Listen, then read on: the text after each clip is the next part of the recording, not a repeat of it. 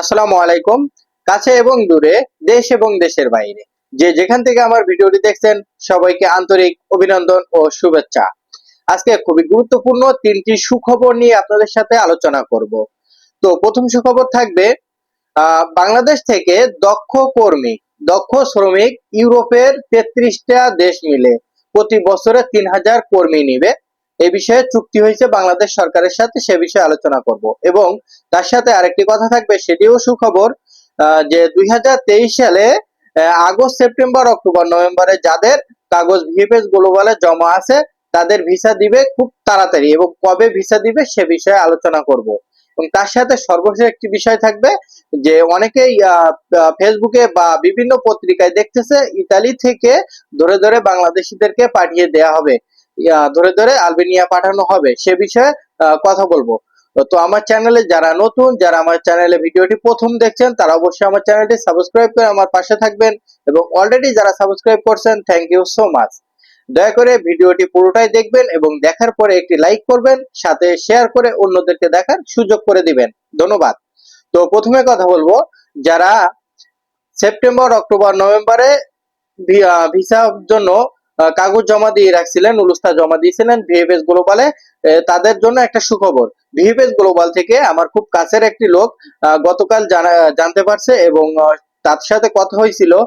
তো VFS global থেকে সরাসরি বলছে যে 2 থেকে আড়াই মাসের মধ্যে যাবতীয় পুরাতন ভিসা সামগ্রী যত ত্রুটি আছে সব সমাধান করবে। আপনারা অবশ্যই অবগত আছেন যে ইতালি এম্বাসির নতুন একটি শাখা নিয়েছে। তো সেই শাখায় শুধুমাত্র পুরাতন যে ভিসার সমস্যাগুলো আছে সেই বিষয়গুলো নিয়ে কাজ করবে। তো এখানে আপনাদের অবগতের জন্য যে একটা বিষয় জানাচ্ছি, যে ভিএফএস গ্লোবালের যে নতুন শাখাটা বা ইতালি এম্বাসির যে নতুন শাখা, সেখান থেকে কিন্তু আগের যে নুলুস্তাগুলো উঠছিল, মানে 2023 সালে আবেদন করে যে নুলুস্তাগুলো উঠছিল, সেই নুলুস্তার কাগজগুলো যে আপনারা ভিএফএস গ্লোবালে জমা দিয়ে রাখছেন, সেই তাদের মালিকের কাছে কিন্তু মেইল পাঠানো হচ্ছে। কারণ এই মুহূর্তে আপনারা জানেন, আমার আগের ভিডিওতেও বলা আছে, বা যারা জানেন না তাদের জন্য বলতেছি, যে এই মুহূর্তে আবেদন করতে গেলে আলোচ্য বাধ্যতামূলক এবং মালিকের চুক্তিপত্র। তো আগে যারা আবেদন করেছিলেন 23 সালে, তাদের কিন্তু আলোচ্য দেয়া নেই বা চুক্তিপত্র নেই।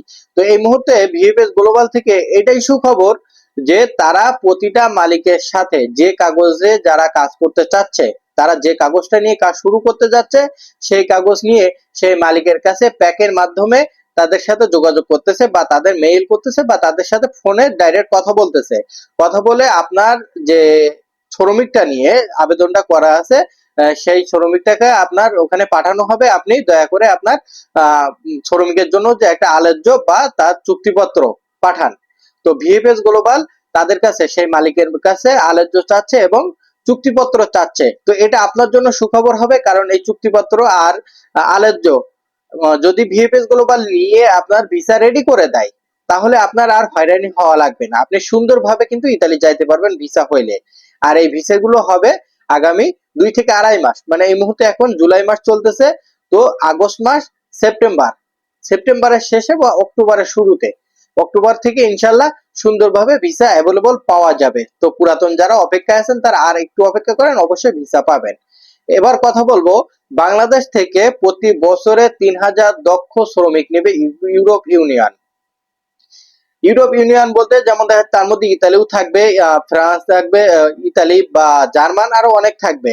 তো এই মুহূর্তে যেমন আপনারা জানেন, কোরিয়া বা অন্য জায়গায় যাইতে গেলে দক্ষ কর্মী নিয়ে থাকে, সেখানে কিন্তু যে কোনো কর্মী নেয় না, তাদের ভাষা জানতে হয় বা কাজের দক্ষ থাকা লাগে। তো এগুলো বাংলাদেশ থেকে কিন্তু ট্রেনিং দিয়ে তারপরে পাঠাই। তো এগুলো আগে কোরিয়া বা ফ্রান্সে এগুলো হয়তো, এখন ইউরোপের ভিতরে এগুলো হবে। তো ইউরোপে বিভিন্ন দেশে এইভাবে দক্ষ কর্মী নেবে। তো আপনারা প্রস্তুতি থাকেন, বা যে নিয়মটা আসবে আগামীতে অবশ্যই আমরা আপডেট দেব, বা আপনারা আপডেট যদি জেনে থাকেন তাহলে সেই প্রক্রিয়া নিয়ে কাজ করতে থাকবেন। অলরেডি বাংলাদেশের সাথে কন্টাক্ট হয়েছে, তাদের সাথে সবকিছু রেডি হয়ে গেছে। এই মুহূর্তে আগামী থেকে লোক নিবে 3000, বছরে 3000 নিবে, এবং এর স্যালারি কিন্তু অনেক ভালো হবে। কারণ দক্ষ কর্মী নিলে অবশ্যই স্যালারি ভালো হবে। তার ভিতরে 6টা ক্যাটাগরিতে নিবে, যেমন আপনার ড্রাইভার হবে, তারপরে বিভিন্ন গার্মেন্টস এর হবে, বা কোনো ফ্যাক্টরিতে হবে, আপনার কনস্ট্রাকশন হবে, এরকম আরো অনেক কিছু ক্যাটাগরিতে লোক নিয়ে থাকবে। তো যে ক্যাটাগরিতে আপনার ভিসাটা দিবে সেই ক্যাটাগরিতে আপনার দক্ষ থাকতে হবে এবং সেই দেশের ভাষা আপনাকে শিখাবে। দক্ষ অদক্ষ লোককে দক্ষ করে, যে কাজ পারে না তাকে কাজ শিখায়, সেই ভাষা শিখায় তাকে সেই দেশে পাঠানো হবে। তো এটা খুব একটা ভালো নিউজ, খুব গুড নিউজ বাংলাদেশের জন্য, এবং স্যালারিটা হবে অনেক বেশি।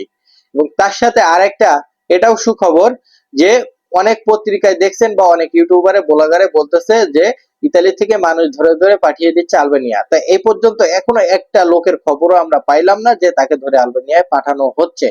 তো আগামীতে যদিও পাঠাই, যদিও মানে কিছু না লড়লে কিছু ঘটে না, কিছু না ঘটলে কিছু লটে না। তো এরকমই। তো লোক পাঠাইলেও কোনটা পাঠাবে, আগামীতে পাঠাইতে পারে যারা লিবিয়া থেকে ডাইরেক্ট নদীপথে আসতেছে, সমুদ্র পথে ওখান থেকে সরাসরি ধরে তাকে পাঠাবে। কিন্তু এর মধ্যে আবার বিরোধী দল বলছে মানবতার দিক থেকে দেখে তাদের না পাঠিয়ে এই দেশে রাখার জন্য। তো পাঠানোর সম্ভাবনা অনেক কম, যদিও পাঠাই ওই লিবিয়া থেকে আসার ওই লোকগুলো, কিন্তু ইতালি থেকে কোনো লোক পাঠাবে না, এরকম নিউজ আমরা এখনো পাইনি, এটা আপনারা কান দিবেন না। তো এই ছিল আজকে আমার 3টি সুখবর।